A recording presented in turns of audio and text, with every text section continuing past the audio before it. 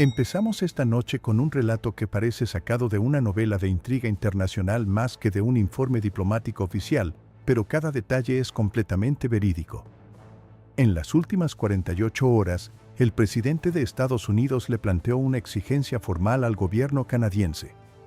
No se trató de pedir facilidades comerciales vinculadas al movimiento en los puertos, ni de dialogar sobre normas compartidas o un nuevo pacto bilateral en materia de transporte marítimo.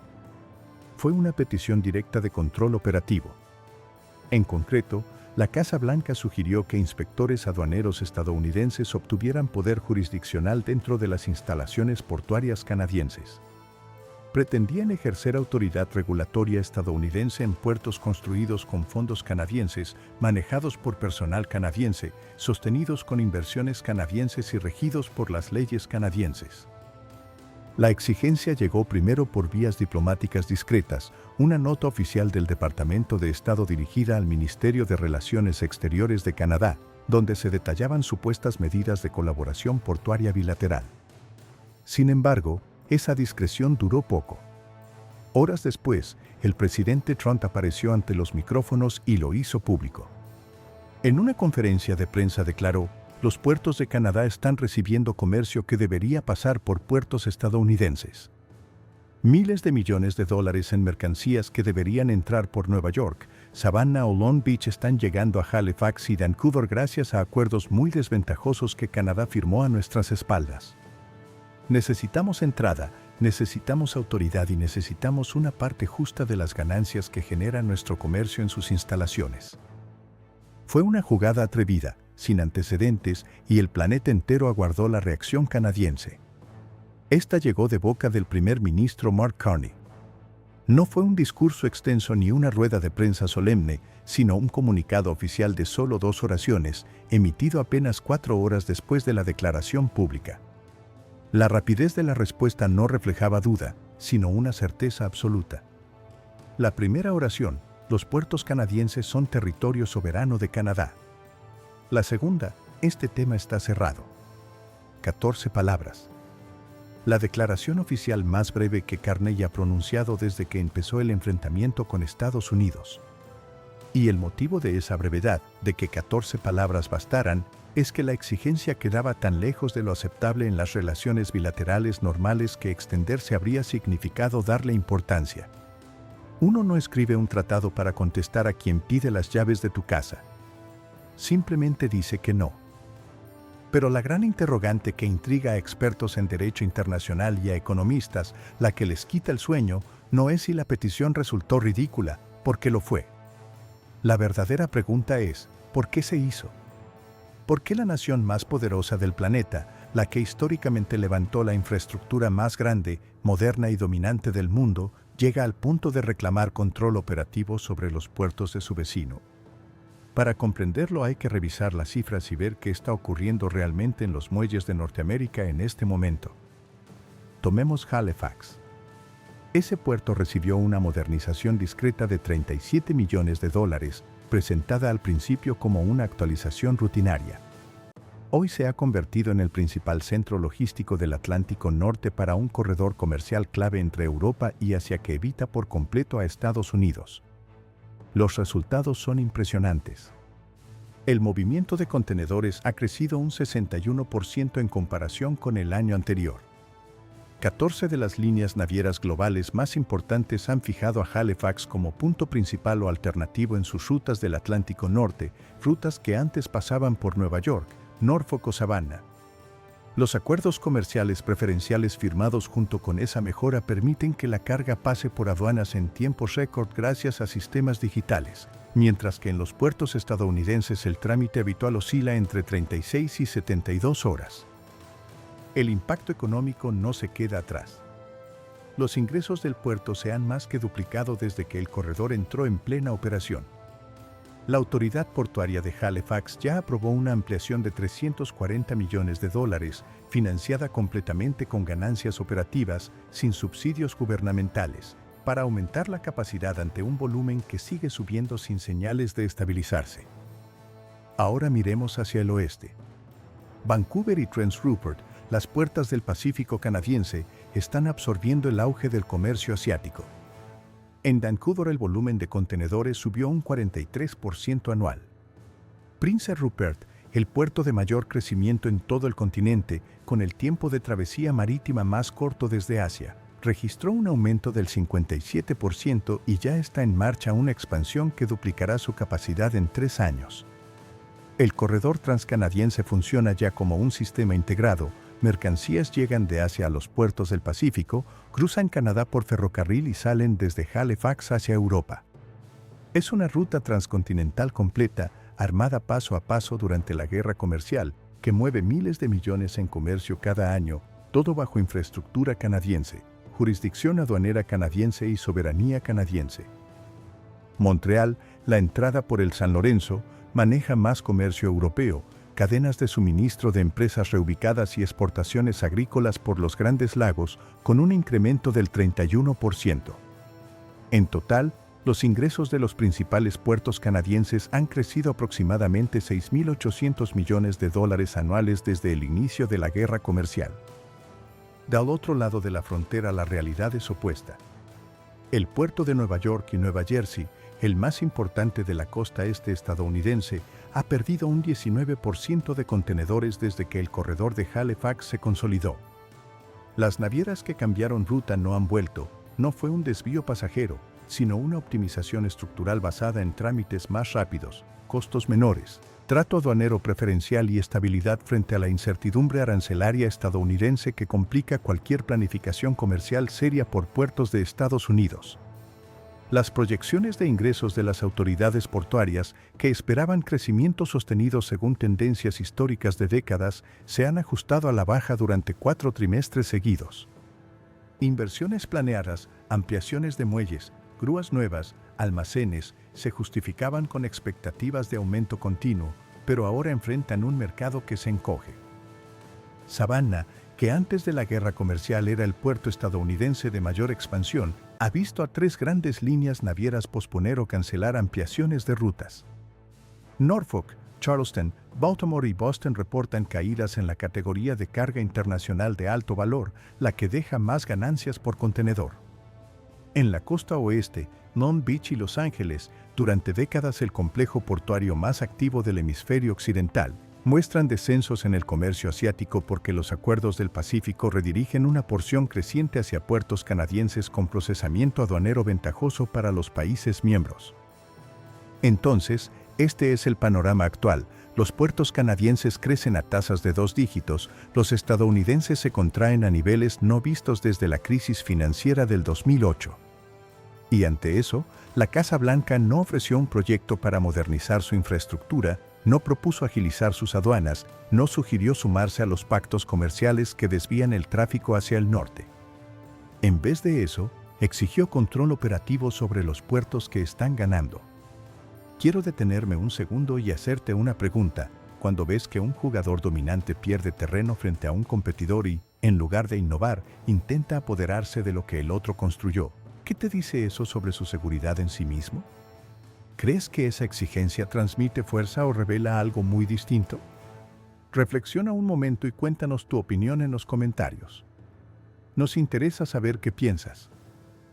La exigencia formal incluía 4 puntos, cada uno más osado que el anterior. Primero, autoridad aduanera conjunta, agentes de aduanas y protección fronteriza de Estados Unidos instalados en puertos canadienses con poder para revisar, retrasar, desviar o retener carga que pasa por Canadá pero viene o va a Estados Unidos, aunque ya haya sido liberada por aduanas canadienses. Eso significaría que un gobierno extranjero podría anular decisiones soberanas de Canadá en su propio territorio. Segundo, asignación preferencial de atraque, prioridad garantizada para buques con carga de origen estadounidense en los terminales canadienses, obligando a Canadá a poner primero al comercio estadounidense por encima de los socios que, con sus acuerdos, impulsaron el crecimiento de esos puertos. Tercero, el punto que provocó la reacción legal internacional más fuerte, reparto de ingresos. Estados Unidos pedía un porcentaje de las ganancias portuarias y de los aranceles aduaneros canadienses, argumentando que el aumento se debía a comercio robado de puertos estadounidenses por prácticas comerciales desleales de Canadá. Presentaba la estrategia exitosa de diversificación canadiense como un delito que merecía compensación económica, como si las decisiones voluntarias de miles de empresas navieras privadas al elegir mejores condiciones constituyeran una falta que debía repararse. Cuarto, alineación regulatoria, que los puertos canadienses adopten protocolos de seguridad, estándares de inspección y procedimientos de procesamiento estadounidenses, lo que en la práctica sometería las operaciones canadienses a autoridad regulatoria estadounidense y, en la ironía más dura, eliminaría la ventaja de velocidad que hace competitivos a esos puertos. El procesamiento aduanero estadounidense promedia entre 36 y 72 horas, el preaclarado canadiense funciona en menos de 4 horas. Pedir que Canadá adopte el sistema más lento es pedirle que destruya precisamente lo que le atrajo el comercio. Es exigirle al equipo ganador que use la estrategia del perdedor. Expertos en derecho internacional reaccionaron en cuestión de horas. La exigencia viola disposiciones de la Convención de las Naciones Unidas sobre el Derecho del Mar acerca de la soberanía portuaria, contradice principios de la Organización Mundial del Comercio sobre control soberano de infraestructura doméstica y no tiene precedente en relaciones pacíficas entre naciones aliadas en la era moderna. Un profesor de Derecho Internacional de Georgetown la describió como la afirmación más extraordinaria de jurisdicción extraterritorial sobre infraestructura soberana aliada desde la Segunda Guerra Mundial. Y enseguida surgió el paralelismo histórico que adoptaron académicos, diplomáticos y medios globales, las concesiones portuarias coloniales, el esquema mediante el cual potencias europeas en el siglo XIX y principios del XX reclamaban control operativo de puertos en China, África y el sudeste asiático como condición para comerciar. La similitud no es metafórica, es exacta. Una nación más poderosa exigiendo autoridad sobre la infraestructura portuaria de una menos poderosa porque su comercio decae mientras el del vecino crece. El lenguaje es contemporáneo, pero la estructura es colonial. Warren Buffett intervino y su comentario fue al grano. Dijo que la exigencia muestra la fase final del fracaso competitivo, una etapa que ha visto destruir empresas dominantes durante 7 décadas. Enumeró las fases. Primera, negación. Se menosprecia al competidor. Segunda, imitación, se intenta copiar, pero tarde. Tercera, agresión, ataques vía precios, demandas legales, presión política. Y cuarta, desesperación, se deja de competir y se exige acceso a lo que el otro construyó. La petición de control sobre puertos canadienses está en esa cuarta fase, de la que países y empresas no regresan, porque la desesperación deja al descubierto una verdad imposible de ocultar después. Ya no tienes nada que ofrecer. Buffett lo resumió así: si estás pidiendo acceso a algo que otro construyó en vez de construirlo tú, has perdido. Porque el solo hecho de pedirlo demuestra que no puedes hacerlo por tu cuenta. La respuesta del primer ministro Carney fue la declaración más corta y contundente que ha dado en toda la guerra comercial: los puertos canadienses son territorio soberano de Canadá. Este tema está cerrado.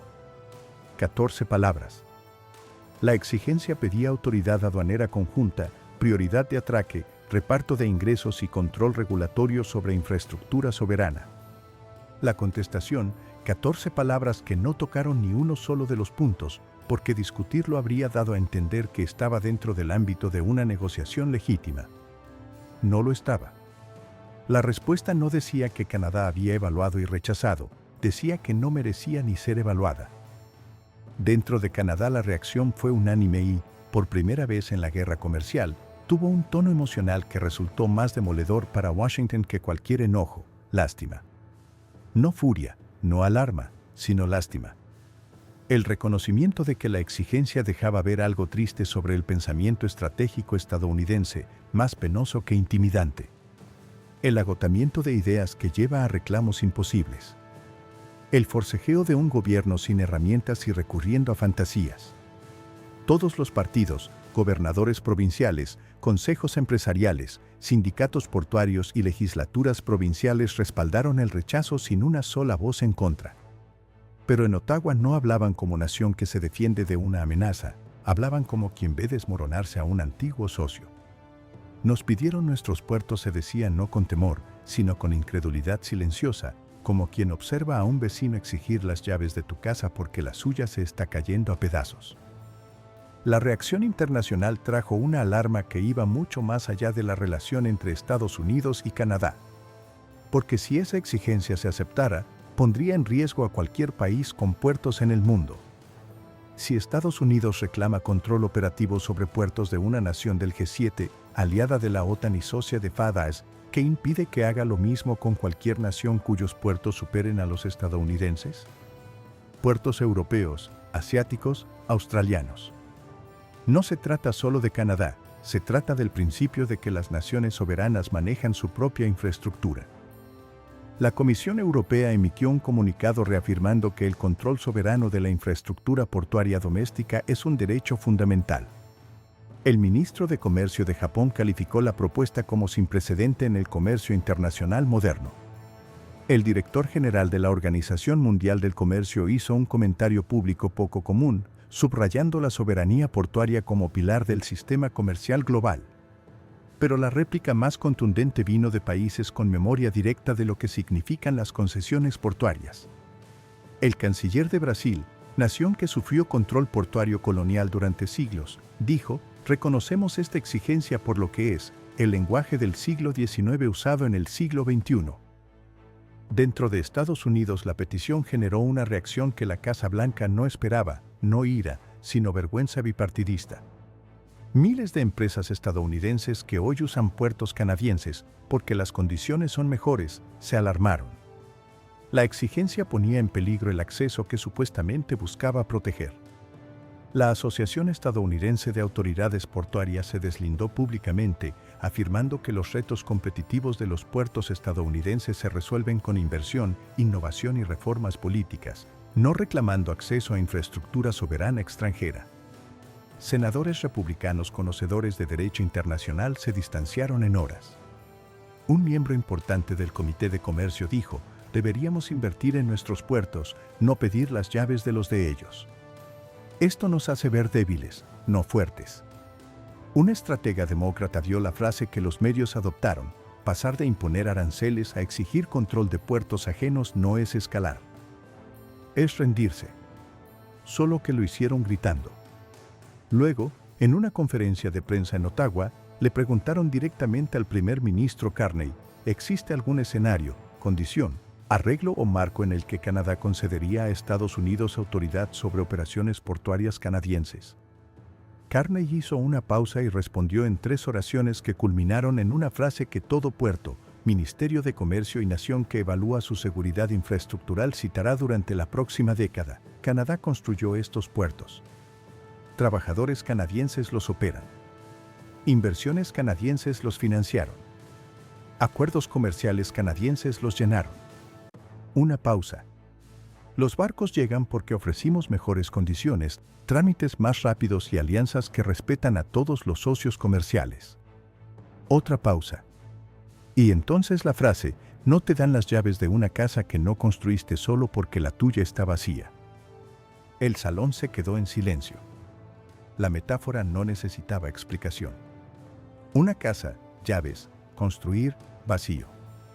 Quien hizo el trabajo, echó los cimientos, levantó las paredes, llenó los cuartos, y quien está en la puerta exigiendo entrar porque su propia casa se derrumba. Todo ser humano entiende esa dinámica. Toda cultura, todo idioma, toda nación tiene su versión de esa historia. Y la lección siempre es la misma: no te dan las llaves. O construyes tu propia casa o vives con la que tienes. En horas esa frase se volvió tendencia mundial. En días la citaban en salas de directorio de autoridades portuarias en 4 continentes, en clases de derecho comercial internacional, en notas diplomáticas de países que vieron en el rechazo de Canadá la defensa de un principio que tal vez ellos mismos necesiten defender pronto. No requería contexto. La metáfora era el contexto. La casa era el argumento. Y la casa vacía del otro lado de la calle era el veredicto. Así están las cosas esta noche. Los puertos canadienses crecen a toda velocidad: Halifax, Vancouver, Prince Rupert, Montreal, todos con tasas anuales de 2 dígitos gracias a 2 años de diversificación estratégica que desviaron el comercio global por infraestructura canadiense. Los puertos estadounidenses se contraen a ritmos no vistos en más de una década, perdiendo la carga internacional de tránsito que los convirtió en centros globales. El presidente de Estados Unidos exigió control operativo de instalaciones portuarias canadienses, autoridad aduanera conjunta, prioridad de atraque, reparto de ingresos, alineación regulatoria, y recibió un rechazo en 14 palabras. Warren Buffett clasificó la exigencia como la cuarta etapa del fracaso competitivo, la desesperación, la fase de la que no se regresa. La comunidad internacional la identificó como el lenguaje del siglo XIX aplicado al siglo XXI. Si la economía más poderosa del mundo se reduce a pedir acceso a infraestructura con la que no puede competir, ¿qué herramienta comercial le queda que no haya probado y fracasado? Cuando la nación más rica exige públicamente control sobre puertos de un aliado y recibe un no en 14 palabras que todo el mundo escuchó, ¿dónde reside realmente el poder económico? ¿En el tamaño de la economía o en la infraestructura que la sostiene? Si después de 2 años todos los instrumentos de presión económica estadounidense han fallado o se han convertido en ventaja canadiense, ¿qué sigue después de la desesperación? Y la pregunta que debería marcar cada debate de estrategia económica en Washington por la próxima generación, cuando tus puertos se vacían y los del vecino están llenos, la respuesta es exigir sus llaves o preguntarte con honestidad y sin orgullo por qué dejaste de construir. El presidente Trump inició una guerra comercial para demostrar dominio económico estadounidense. Esa guerra comercial vació puertos estadounidenses y llenó los canadienses. Y cuando los puertos contaron la historia de quién ganaba y quién perdía, en contenedores, movimientos de grúas, recibos aduaneros, en la realidad física y visible de que bahías están llenas y cuales silenciosas, Washington no invirtió en su infraestructura, no reformó sus políticas, no reconstruyó su competitividad. Exigió control de la de Canadá. Esa exigencia, atrevida, sin precedentes, rechazada en 14 palabras, condenada por decenas de naciones, comparada con la extracción colonial por países que la vivieron, quedará como el instante en que el resultado de la guerra comercial se volvió innegable. No porque Canadá proclamara victoria, sino porque Estados Unidos admitió que no podía competir. Y Carney, desde un país con puertos llenos, barcos llegando y comercio en expansión, le dio a la guerra comercial su imagen final, definitiva e imposible de responder. No te dan las llaves de una casa que no construiste solo porque la tuya está vacía. Ese es el panorama esta noche.